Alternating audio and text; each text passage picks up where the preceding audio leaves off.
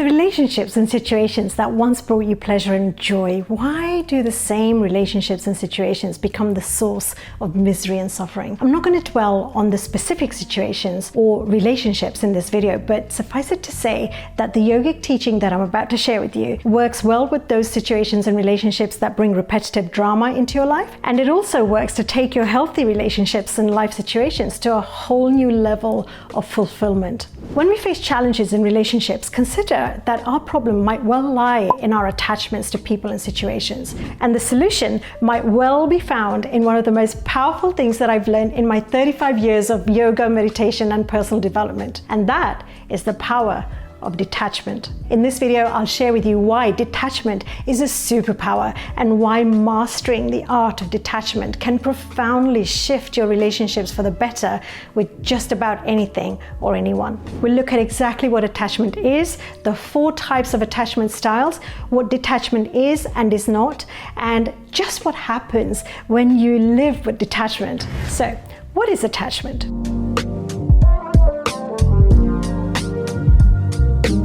Let's look at attachment by way of a scientifically validated theory. John Bowlby, a British psychologist, developed the attachment theory in the 1950s at the Tavistock Institute in London. His colleague Mary Ainsworth also helped to develop that theory. According to the attachment theory, humans have an innate drive to connect with others. Bowlby defined attachment as a deep and enduring bond that connects one person to another person across time and space. Mary Ainsworth identified 3 main types of attachment: secure, insecure ambivalent, and insecure avoidant. As the understanding has evolved, a 4th type of attachment style has emerged called insecure disorganized. The study found that attachment styles that we develop in childhood continue into adulthood, affecting our partner selection and how we conduct ourselves in romantic relationships. The 4 types of attachments then look something like this. The person with the secure attachment style had a warm and loving bond to their parent, and so developed the ability to form healthy relationships with those around them. Now could you leave me alone? And it is kind of weird, and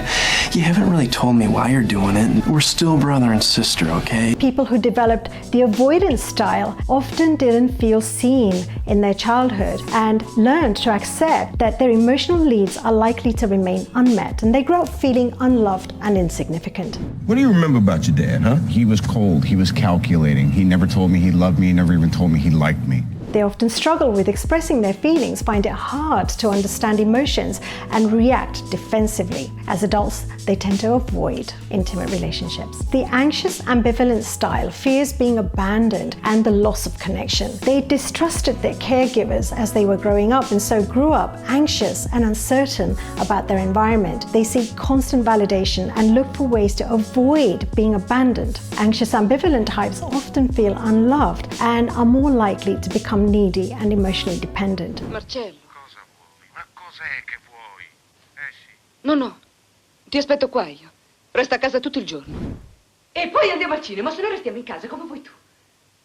Marcello, ma mi vuoi bene? A combination of the anxious and avoidant attachment is known as disorganized attachment. Having difficult relationships with their caregivers, these children are unpredictable, and even into adulthood, they're known to blow up with anger and rage. As adults, they avoid intimacy and have difficulties in controlling their emotions. Does that mean that if we grew up in dysfunctional households, we're doomed to fail in life?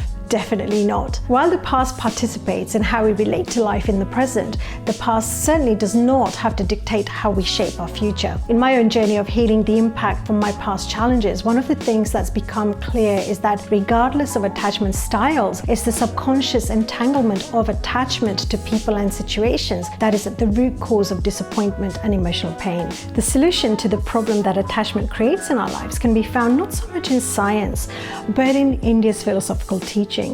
The Sanskrit word Upadana is used in relationship to attachment. Upadana means fuel or material cause. So consider that attachment is the fuel that energizes relationships and the situations that we find ourselves intricately connected to. When our attachment comes in healthy doses, our relationships work, but when we're unconscious of the impact that our attachment has on individuals and life situations, then there's the chance that it becomes an unhealthy clinging, even a toxic craving. And because it's happening outside of your conscious awareness, you may not even be able to identify it as a clinging or a craving. See, attachment creates expectation, and expectation arises from what the ancient Indian seers called Maya. And with Maya, nothing is as it seems, say the ancient Indian Upanishads. Maya, they say, clouds your view by getting you thoroughly identified and entangled with the complexities of the mind and body, so much so that you can't see beyond the entanglement of your attachments. What you see may appear utterly real, but given your veiled view, you're not really able to see the full picture. You've been living in a dream world, Neo. This is the world as it exists today. So, from inside the snare of Maya, enmeshed in expectations of others or from situations, it's all well and good while our expectations are actually being fulfilled. But when they're not, we experience disappointment, anger, resentment, sadness, and so on. We're disillusioned. Welcome to the desert of the real. We are disenchanted, and that is what Maya ultimately does for you. And that's also the trouble with attachment. Ancient Indian teachings, such as in the Bhagavad Purana, attachment is said to be the source of our suffering. And it also tells us that it's our suffering that prevents us from experiencing nirvana or nirvana. Nirvana means inner freedom. It's the highest state of happiness. So, what's the solution? Several of the Indian ancient texts, including the Bhagavad Gita, tells us about the power of living life with detachment. But the word itself, detachment, is so often misunderstood, conjuring up images of being aloof from others or avoiding people and situations. And yet, that's not what detachment is. It also doesn't mean having to be emotionless.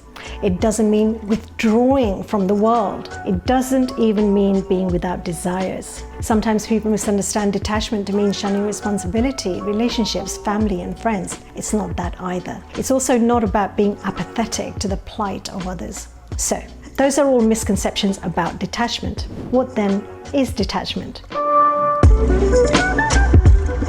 The best explanation that I have of detachment is that detachment is the art of letting go. Detachment is letting go of trying to overly control people and situations and force outcomes. Rather than killing off your emotions, paradoxically, detachment puts you in charge of your emotions. The difference is that when you are striving to be in control, you're exerting force, whereas when you're in charge of your emotions, you're able to exercise choice. You're also able to create freedom for others to choose whatever serves them best without there being emotional repercussions between you. So, what happens when you practice detachment? My books, the Karma and Diamonds trilogy, are in essence a journey of how to sift the gold from our past difficult experiences by identifying less and less with those challenging influences that have shaped us so that we can experience the freedom within our true inner being. Freedom from being stuck in the past. Freedom from being defined by the impact of situations that were not in our control. I found that the more detached I become from people and situations, the more objective I'm able to be and the more effectively navigate life's challenges. When it comes to healthy and loving relationships, continually letting go of expectations and practicing detachment creates the space and freedom for genuine love and intimacy. Rather than being aloof, the practice of detachment actually allows a deeper connection with our own inner being and also with others. The more detachment you bring, the less mental and emotional clutter you carry around and the lighter you become. It's the type of lightness that opens you to flashes of new awareness, higher awareness. You become more palpably aware of yourself as the observer, the conscious being that hangs out just behind the veil of thoughts, feelings, emotions, and so on. So detachment is an effective means to actually getting in touch with that wise, conscious part of you that is beyond the drama and machinations of life. You could say that all relationships and situations are merely a medium through which to realize that we need not continue being a reflection reflection of our familiar but limiting and even debilitating past, the more we can keep letting go of whatever we've held to be the absolute truth, the more lightness of being and inner peace shows up. The Vedas tell us that the higher purpose of human life is to live fully in the world, while at the same time identify less and less with the manifested world, even with our own humanity. Detachment is what makes this possible. It's a means by which you can increasingly align with who you are as consciousness. The consciousness that's untainted by your past experiences, so that you can manifest a future that's truly fulfilling. So, in a nutshell, practicing the art of letting go of whatever limits us is a pathway to fulfilling on what's possible for us. In a future video, we'll look at how to detach. If you've got value from this video, you might also enjoy my video about the power of core values and how to get clear about your core values. Find and follow me on Instagram. Thank you so much for watching, and I look forward to seeing you in the next video.